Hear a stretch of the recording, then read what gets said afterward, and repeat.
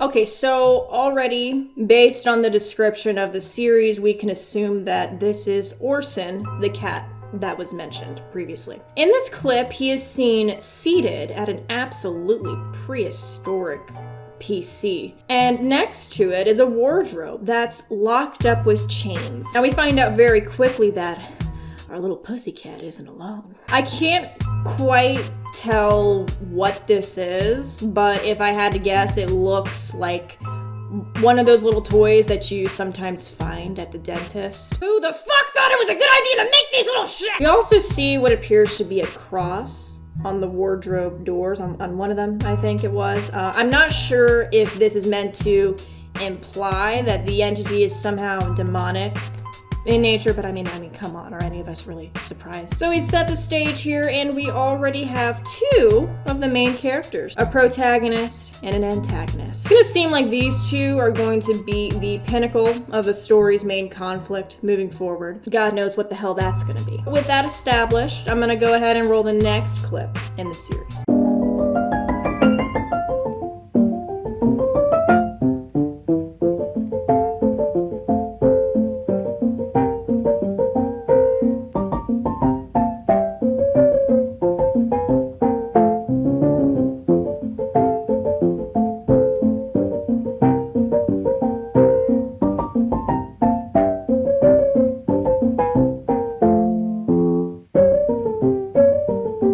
Now, in this clip, we are first introduced to the other main protagonist, Fitz, of course, who quite rudely won't let this poor soul catch a break for once and watch some goddamn VeggieTales. He's a grown man, Fitz. Let him watch the On a more serious note, this scene does imply that there are greater tasks at hand, you know, that and the fact that it literally says so in the description. So if no time for VeggieTales, what time for? I feel like that question gets answered pretty quickly in the next video. I'll let it play here and then we'll discuss. If you see another person that looks identical to you, run away and hide. Notice anything interesting here? Let's go back for a second. Now stop. Those eyes. They look very similar to the eyes on Orson's doppelganger. So in my opinion, this could mean two things. A, the dentist puppet thing has the ability to disguise itself and shapeshift into other entities. Or B, this isn't the dentist puppet thing at all and is in fact another creature entirely. I personally lean more towards the former being true, and I'll show you why I feel that way later on. Now the next episode in this series is quite a bittersweet one, I'll say, and I'll go ahead and let it play here. You'll change your name or change your mind and leave this fucked up place behind, but I'll know, I'll know. I'll know, I'll know. I'll know. God damn it, fuck. If this is implying what I think it's implying, then no. No, please, no. No, God, no. Please, story writers, don't use this as a plot line later on in the series to kill off Fitz's character and then leave Orson to fend for himself and maybe join forces with another cavalcade of whimsical characters. You're too sad. These next few clips I really just think are meant to showcase both the nature of Orson's curious and admittedly childish personality and the close relationship that he shares with Fitz the Owl, further establishing him as this sort of mentor figure. I mean, honestly, I have no words to describe just how freaking cute these next few videos are, so I'm just gonna let them play out really quick. Ha ha ha ha ha ha ha ha ha. Oh fuck, damn child, leave this. I'm all out of hope. One more bad dream could bring the fall. Protect them. Protect them at all costs. Now, to me, what's really sweet about the last one is one of the creators was actually inspired to make it by real experiences that they had with their cousin growing up. Now, I can personally relate to having this sort of primitive desire to build a blanket fort as a kid. I feel like this is something that most of us have done at some point. Don't lie to me. Don't you do it. In the next video, we're actually introduced to an absolutely silly character. I mean, what can I say? He's just a silly little guy. Catch me if you can, Mr. Horse. What the milk jug doing? Clearly nothing good, because he's spying on our guy Orson here, which I don't exactly appreciate. My question is, what motive does this milk character have to be spying on Orson, and how did he manage to get into Orson's house in the first place? I think that this implies that some sort of rivalry is taking place here. To be fair, I mean, look at this guy. Just look at him.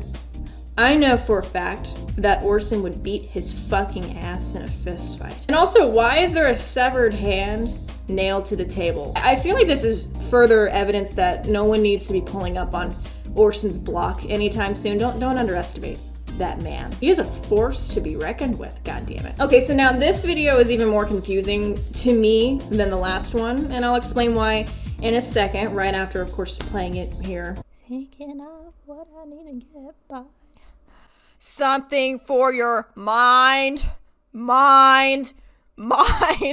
Something for your mind. We can clearly see that we are watching the TV from Fitz's point of view, judging by the shoes here. Now, what I genuinely don't get is why the fuck isn't he getting out of his seat and getting into the firearms cabinet that we all know he has? If I were to guess as to sort of what's going on here, I think it's very possible that Fitz is actually not even awake, which is probably why Orson might have been trying to get his attention a little bit in the beginning. Now, based on everything we've seen prior to this clip, I think it's safe to say that whatever method they're using to lock up that wardrobe, it's not working.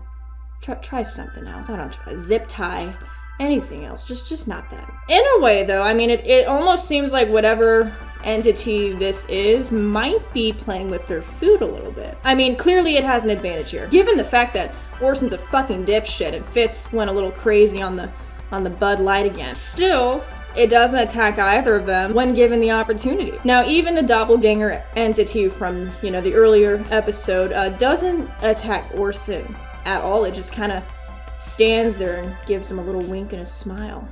Maybe a little kiss. Either there's a lot of the story that's being left out here, or there's something greater at play. All right, well, you guys know the drill. I'm gonna go ahead and roll the next clip.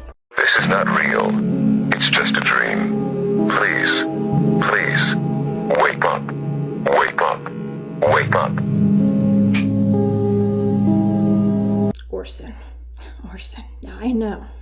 Your little dumbass ain't thinking about going in that fucking wardrobe. I think I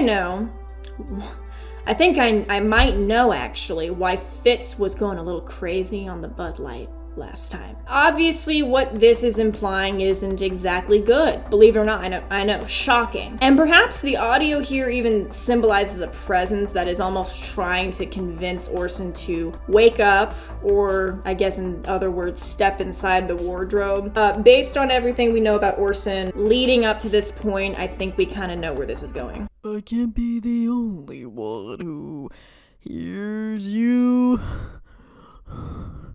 Tears falling down at the party. Saddest little baby in the room. Fears, tell me fears don't. Hey, Pina. Remember the Biden of 87? Remember the Biden of 87 FNAF and Peter Griffin. Now, I don't know who's supposed to be filming here. I think it's very possible that it could have been the milkman. That feels so weird. Doesn't that just come off a little funny? It just makes me just want to take back everything that I just said right now. I mean, but in all seriousness, he's the only person really who would have a reason to be sneaking around that, and we literally saw a video of him sneaking around. Again, my bet is on him. I don't really see how it could be any other person at this point, not unless there's another character that hasn't been introduced yet. Now, in this next clip, we do get a confirmation that the character sneaking around on the floor isn't Orson, and I'll go ahead and play that here. How could you be so... Oh, circumcise my love for you. It's hard to fathom.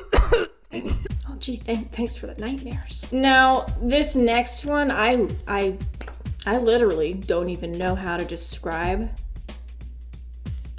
Just watch it.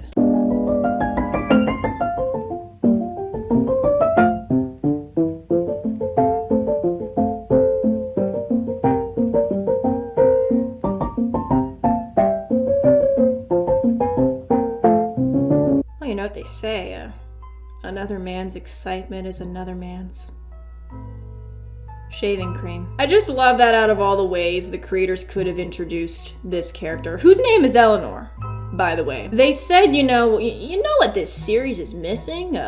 Cream. Just a nice, warm load of cream to the face. You know, I'm already kind of dreading the things that are to come in the future for this poor character here. It's really just not looking good for her. But moving on, after this we do get a little bit of a palate cleanser. It's a really nice 4-part episode, sort of building upon just how expansive and terrifying the world of Maple Underground is. I'm gonna go ahead and play all 4 of them here, and then we'll discuss.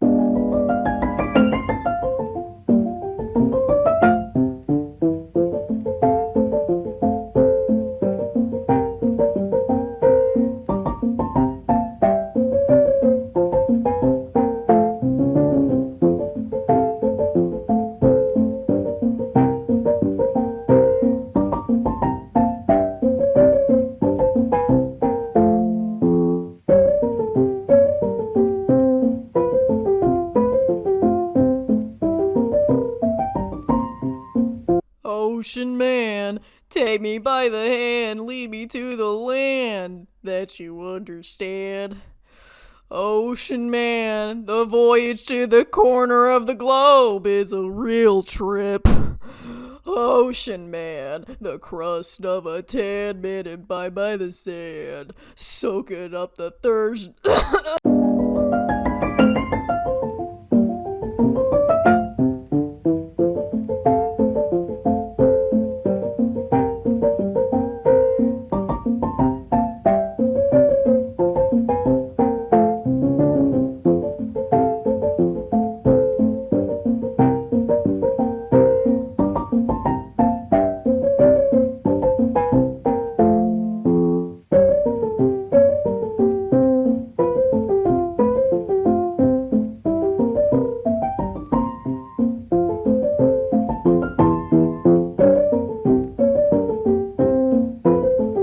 sweet mother of pearl. Someone give this man Fitz a raise. I mean, again, I think this chunk of the plot does a good job illustrating Orson as sort of a student to Fitz, and as someone who's a little bit too big for his britches, quite frankly. Orson, more like our son.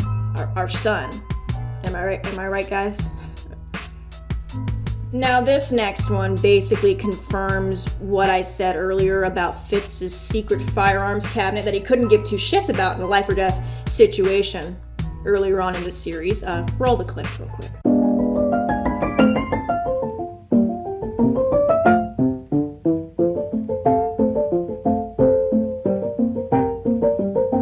Now, look what you've done. You son of a bitch, look what you've done. Your deranged man-child is seizing your unregistered Glock 19 and it's all your fault. Now, this next clip is part of a really cool pixel art animation series running alongside the main series.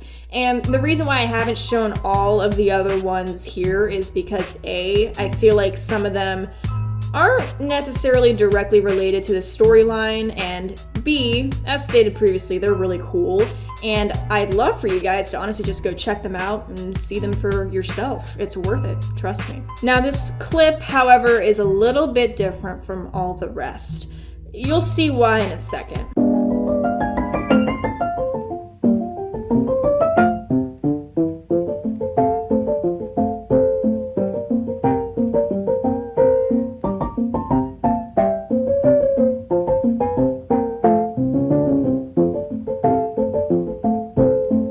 This kind of goes along with the question that I asked earlier. Why isn't this entity attacking Orson and Fitz? Now, based on this clip alone, I feel like it's possible, and I'm just saying, it's possible. I can't confirm or deny this.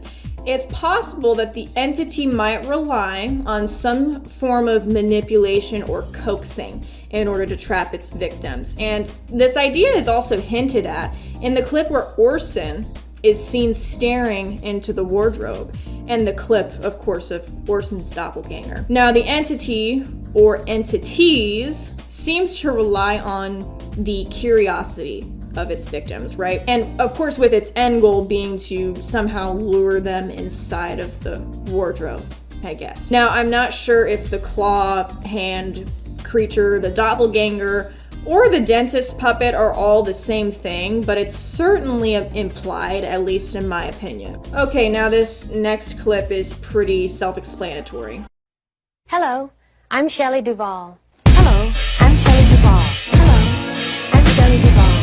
Hello, I'm Shelley Duvall. Hello, I'm Shelley Duvall. It's really just introducing all of the characters' names, including the milkman, who we now know as Raj. Thank fucking God. Finally, I don't have to call him the milkman anymore. The main reason why I wanted to draw attention to this video is because the creators kind of confirmed something that I suspected in the very beginning. In this comment here, they do actually confirm that Raj and Eleanor have sort of this rivalry thing going on between them and Fitz and Orson. I mean, again, this does kind of sort of explain the part where Raj was spying on Orson. Now, why this rivalry exists, I don't fucking know. I'm a dipshit, okay? I'm a little bit of a dunce, all right? Can you bear with me for a second? I don't know everything. I'm just a little guy. There aren't too many leads as far as why this rivalry started or how or even when. But we do know that they are at odds with each other for whatever reason. So we'll keep that in mind for, I guess, future plot points. Now, what I'm about to show you here kind of further confirms, I guess, that the wardrobe demon actually relies on some sort of manipulation tactic in order to lure its victims into the wardrobe. It wasn't much more than just a figment of his imagination, and it went, "Follow me! Follow me! Follow me!" And it got louder, "Follow me! Follow me! I have something to show you!" Now in this video, we see that somehow the wardrobe demon is able to communicate with Orson through his dreams. Now, either this is a direct result of Orson's curiosity, or the entity can infiltrate Orson's mind, even without him realizing it. Either way, I think it should be pretty obvious what this series is leading up to, and we'll soon see in the next clip.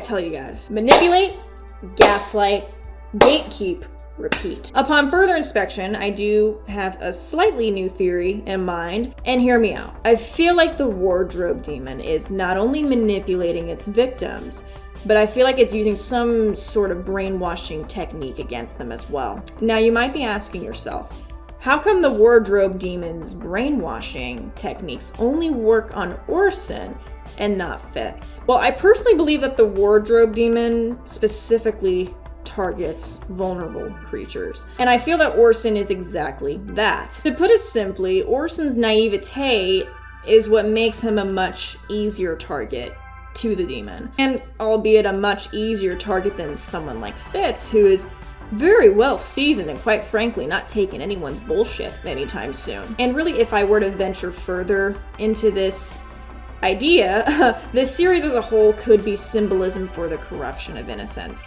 and how the world's cruelty often forces us to adapt and, in many cases, grow up early. But even in a world filled with danger around every corner, Fitz, Orson, and even Eleanor still find the time to rekindle their inner child. And honestly, what a wholesome moment. We love to see it. But unfortunately for Orson, his innocence is exactly what gets him into some trouble, as we'll see here in the next clip.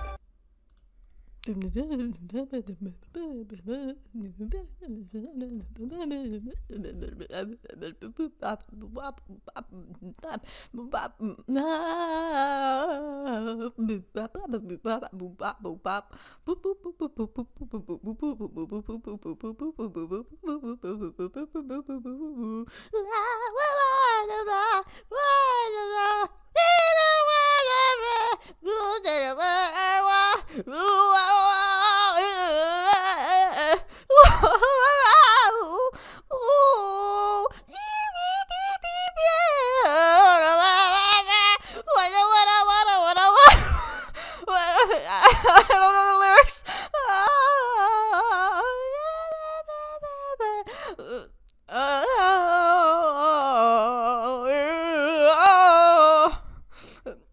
It's called Oblivion by Grimes, by the way. You can look it up. You probably heard it already. No, or I can just keep singing. It's up to you. I mean, pick your poison. I don't know. And there you have it. Despite all of Fitz's teachings, Orson let his curiosity get the better of him. Now he's in the wardrobe, and ain't no coming out the closet this time. Now we have reached the part of the story that we call conflict. The climax? Is this the climax? I don't think we can even say that anymore. This is the downfall. Now, I don't want to go all in on Orson and call him a little dipshit, at least not right away. As stated previously, I feel like Orson's decisions are somehow technically influenced by the wardrobe demon and not entirely in his own will. I mean, come on, the guy knows how to infiltrate people's minds like a goddamn mind flayer tadpole. And the fact that the wardrobe demon specifically targets vulnerable and somewhat innocent creatures is what makes this a lot more creepy, at least to me personally. It seems like in order for Orson to get out of this situation, he's either gonna have to have a full-blown hero arc, or Fitz is gonna have to get his ass, potentially sacrificing himself in the process. In the next video, we get another fortune, which is pretty eerie given the current situation.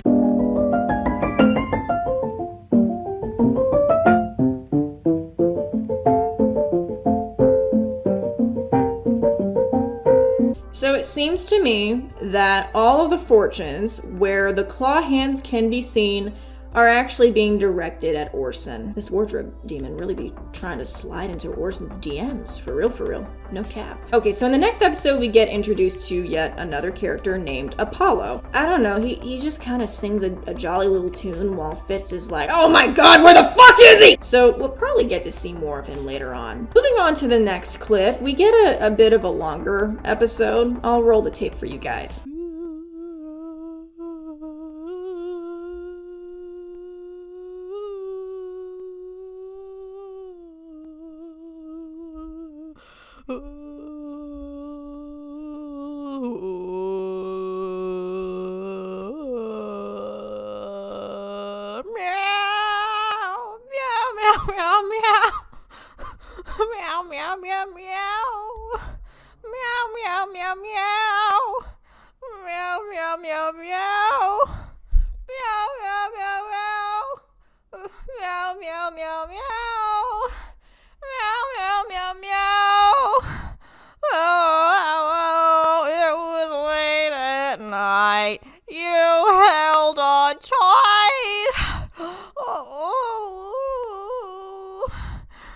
From an empty seat, a flash of light.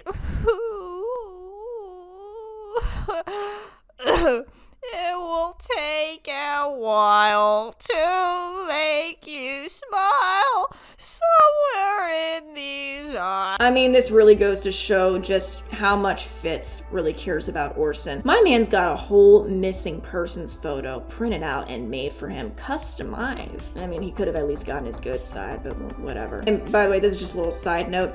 If the creators ever come around to doing this, please, I'm begging you, please sell a t-shirt with this graphic on it. I swear to God, if this ever becomes a thing that I can purchase, take my fucking money, I'm sold. Now, what's interesting is from Fitz's perspective, the wardrobe doesn't open up to an alternate dimension at all. Instead, it looks perfectly ordinary. I don't know if this implies that the pocket dimension only shows itself to Orson, or if it's some sort of a portal that's able to open and close itself at will. But either way, this motherfucker can literally just conjure up portals.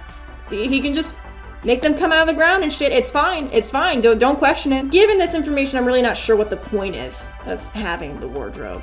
Well, what's the point? You can just make a portal. Just craft another portal and you're good. Just hop on in. In the next episode, we are shown nothing more than a flickering TV screen with what appears to be Orson on it. Now, I don't know about you, but he's not looking too good. Okay. Now, in my honest opinion, I don't believe that this is actually Orson, and you'll see why shortly. Okay, also, I just realized this while I was editing the video here, but if you actually take a look at the spelling blocks on the ground here, they pretty much spell out the word lie. And so I think I'm right. I don't know.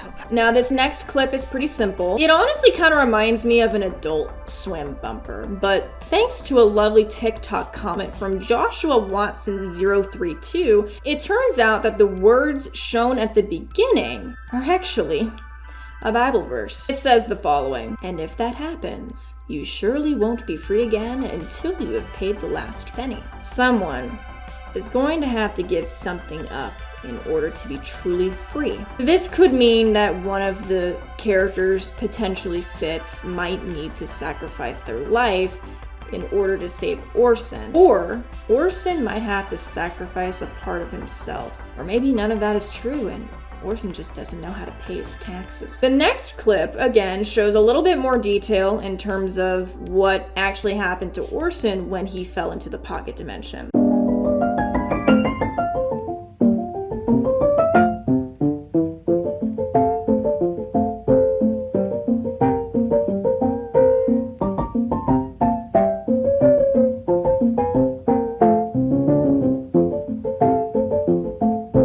Nice use of the ring lights, I must say, and just practical effects in general. I mean, this whole experience has honestly felt like watching a fever dream, which I'm pretty sure is what the creators were going for. And then, of course, we get a nice little scene where Orson lands on a pile of dust and bones.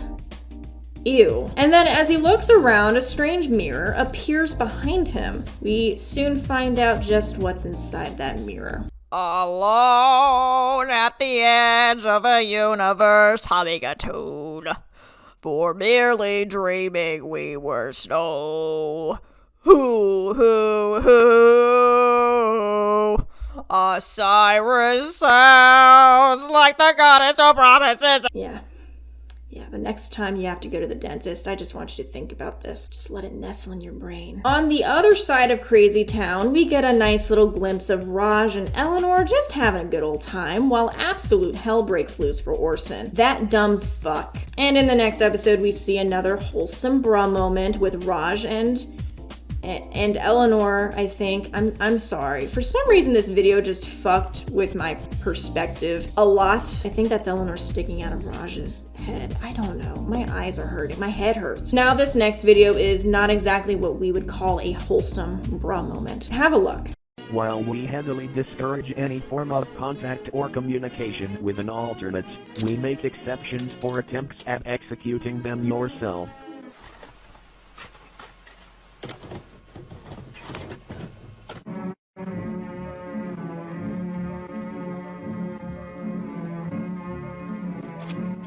Now, I have a lot of questions. For one, I still don't feel like this is Orson on the TV screen. And two, does this imply that Maple Underground is also a TV show within an alternate universe somehow? My head hurt. All I know for a fact right now is that this fella's room definitely smells like whiskey piss. I mean, come on now, you can't tell me it doesn't. Another thing this could honestly mean is, maybe the doppelganger can also appear through people's TVs and, wardrobes, I guess. But if that's the case, then why is this stink-ass motherfucker so calm about it? I mean, don't just stand there, throw the ashtray at the TV like a sensible man. All right, now, I'm not gonna attach myself to too many theories about the TV thing, as this series is just getting started and I could easily be wrong. In any case, we're gonna go ahead and move on to the next video.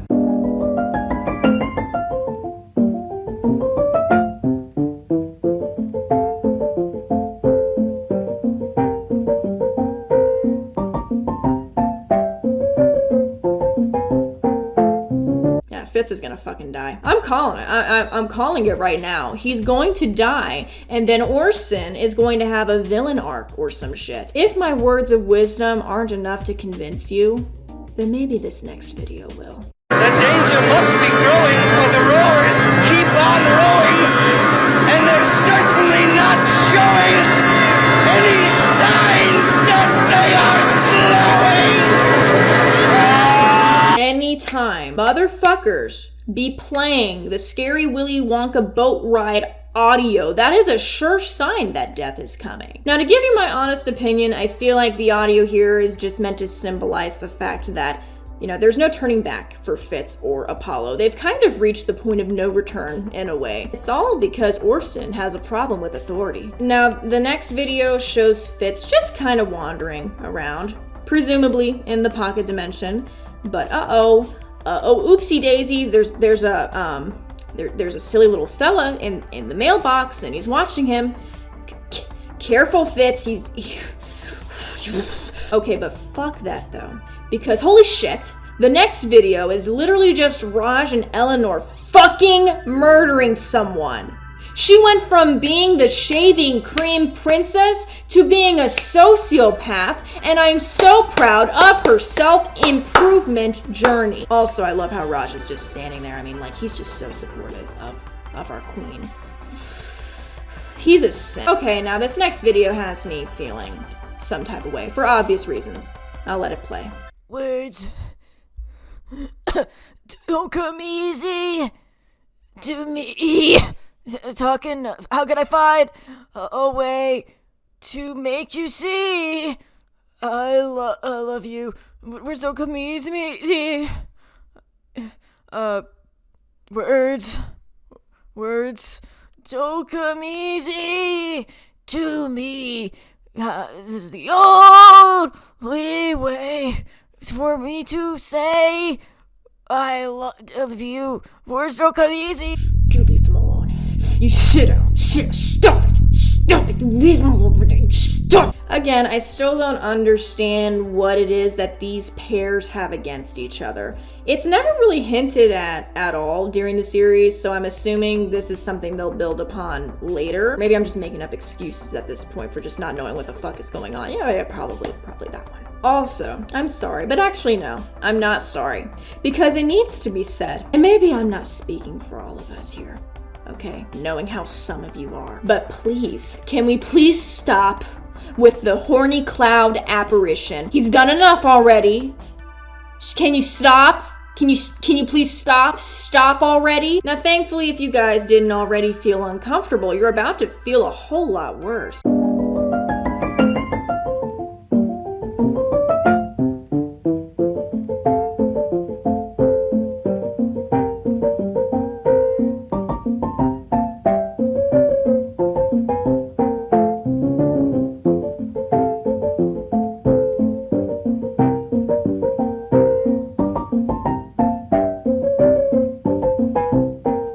What the fuck? Why the fuck is this thing. I don't know if anyone's mentioned this already, but I'm kind of starting to see that there's a lot of inspiration being taken from Mr. Rogers' Neighborhood, just in terms of the puppet design. If you've seen that show before, then you absolutely know what I'm talking about. This is especially true for this lovely slice of nightmare fueling red here, and I know someone in the comments mentioned that they kind of look like the character that was stabbed by Eleanor early on, but I don't buy that. I'm sorry, I don't. I mean, if you compare them side by side, they just look like two completely different characters to me. I feel like this is a new character entirely, and potentially the one that was murdered by Eleanor. Sometimes it ain't that deep, guys. It was probably just an NPC or a background character or some shit. Now, something interesting actually happens in the next clip here, and I'll let that play briefly and then we'll discuss.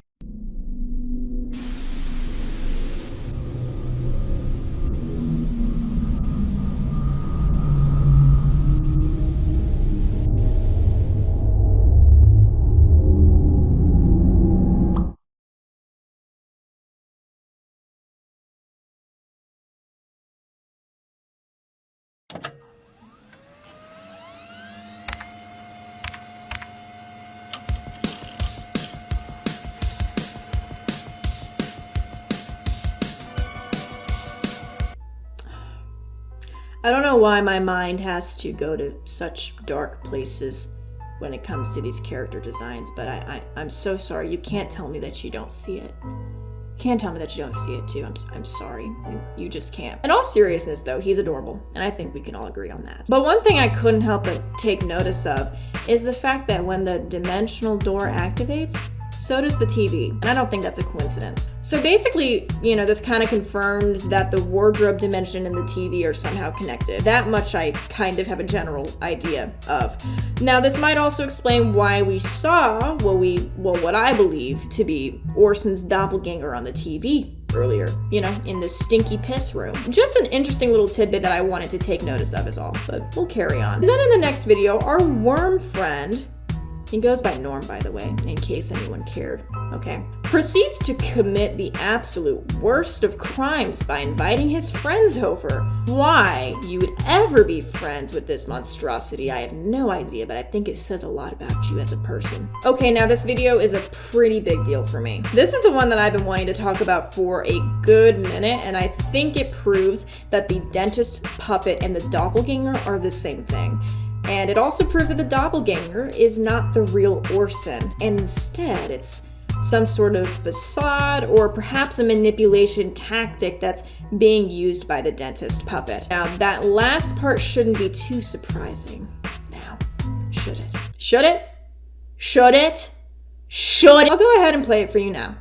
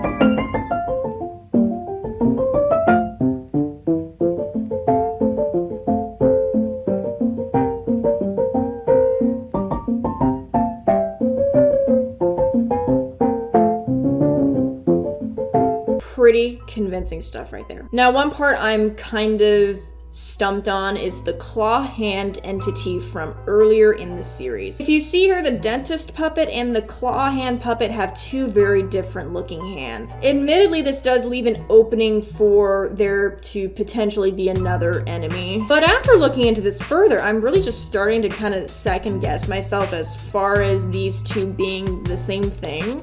I don't know, until then, to be determined. We'll leave that as to be determined for now. Now, this next video is also pretty damn important, in my opinion, which we all hold to such high regard around here, I'm sure. It actually gives a clear diagram of just what the wardrobe is. It isn't just one pocket dimension as I initially thought, but in fact, many pocket dimensions. The wardrobe is simply a gateway of sorts, albeit an unstable one. This could explain why sometimes the portal disappears and reappears sporadically. Now, in the next video, we get a similar looking diagram, sort of providing us with an explanation on what this silly little guy is supposed to be. I really want to know. According to the diagram, he's a zygon worm, which is an interdimensional traveler that does so by digging little tunnels between certain pocket dimensions. He does this, of course, after literally ransacking every exhaustible resource in sight. I actually know a lot of people who are like that, to be honest. Moving on to Fitz's perspective. We get a nice little shot of him stumbling upon Howl's moving castle. That's not what it is, but just let me dream for a second. Let me dream. But Stinky, his old ass got snatched up. I guess that's why they call him a bird brain. Now, this next video tells us exactly why our feathered friend ended up in such a stupid situation. Why it's none other than Eleanor herself. And she took his sword. Oh no! It's also implied here in the next two videos that Eleanor is also a witch. None of us are really surprised by this, by the way. After that, we also get a nice little bit of Eleanor and Raj lore. It is revealed through the video description that Eleanor has been devoted to maintaining Raj for many years. She was alone for a very long time before her tears unexpectedly brought him to life. Okay, now after revisiting this series a little bit further and actually taking a better look at it for once, you know, it was hard. Sometimes the two brain cells that are knocking around in my head, they don't really want to cooperate, but I actually did it this time. I think it's safe to say that the claw hand entity and the dentist puppet are probably not the same thing, and you'll see why in a bit. We know the creators of this story have a tendency to hide pieces to the puzzle within their videos, sometimes even in the background. Now, I'll play this next video here, and then I'll point out sort of what I noticed.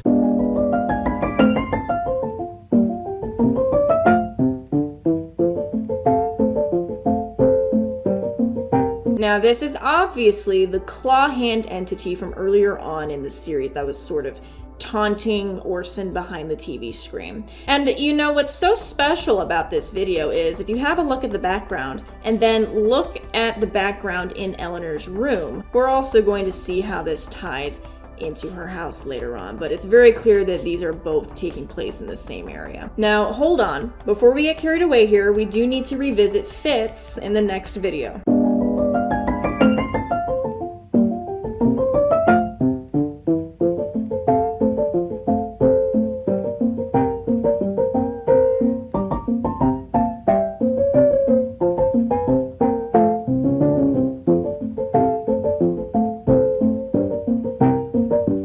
Don't worry, friends. All is not lost for our geriatric hero. In fact, if you remember anything from earlier, you might remember that Fitz took a bunch of keys with him. And what's so hilarious is that it's never explained where he gets these replica keys from, or even how he had the foresight to get them in the first place. He just pulls the biggest Chad move ever and unlocks the cage with no explanation. That's why I love this series so much. Now, after unlocking the cage, Fitz makes his way into a mysterious room. Now, can any of us guess what's hiding under that blanket?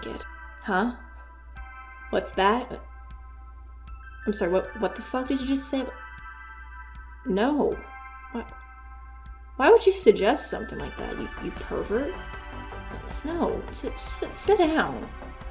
Who even invited you here in the first place? Go sit back down somewhere. In the next video, we actually get a cool little character teaser, conveniently through a crystal ball. And there, if you look very closely, very, very closely, it's a little scallywag that obviously can't be trusted because he's up to no good. Now, after that snippet, we actually finally get to see what's hiding under the blanket.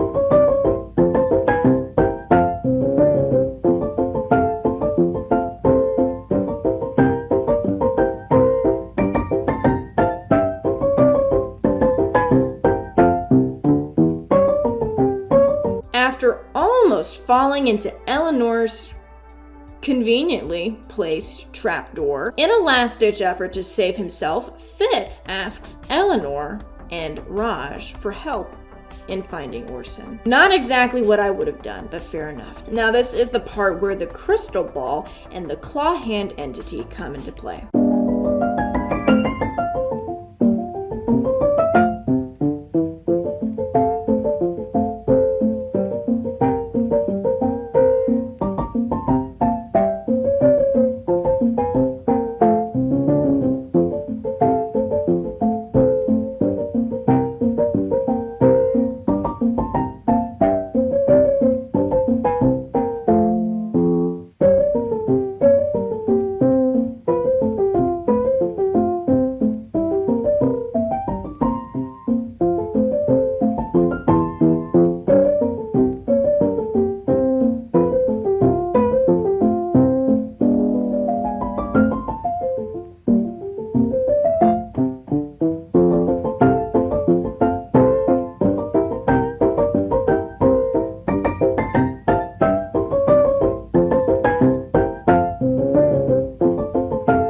Again, this clearly shows, at least to me, that the claw entity and the dentist puppet are just two completely separate things. I mean, if they were the same thing, then how can they both be in two different places at the same time? I mean, we see what's going on between Fitz and the dentist puppet through the crystal ball, and then obviously, it's implied here that the claw hand entity is sort of, I guess, he's just a bad guy. Either way, I guess I'm gonna retract that statement from earlier about them being the same thing. Well, at least we know now that Raj, Eleanor, and Fitz are finally working together. Sounds like a lovely recipe for a healthy and definitely not dysfunctional work environment. And finally, in the last post to the Maple Underground TikTok page, we get just the cutest little video of Eleanor doing Raj's makeup. Literally everyone liked that. So here are some of my main takeaways from the Maple Underground series. Whoever's in charge of this show, bravo to you. I mean that. I know I've been joking around a lot earlier,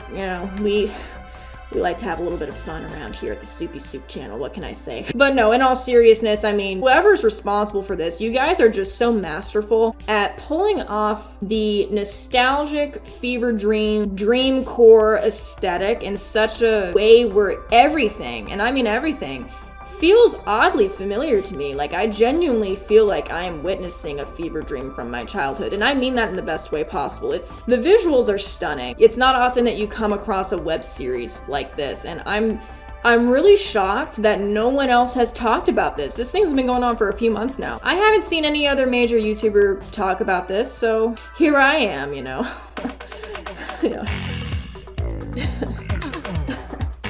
Now, there's clearly a lot that's still unfolding here, and I am happy to say that the series is still ongoing. Guys, go follow the page right now. It's still happening. It's linked down below in the description, along with all their other socials too. And so far, the only things that I haven't been able to figure out is who the hand claw entity is. I feel like that's gonna get explained later on, however. Haven't quite figured that out yet.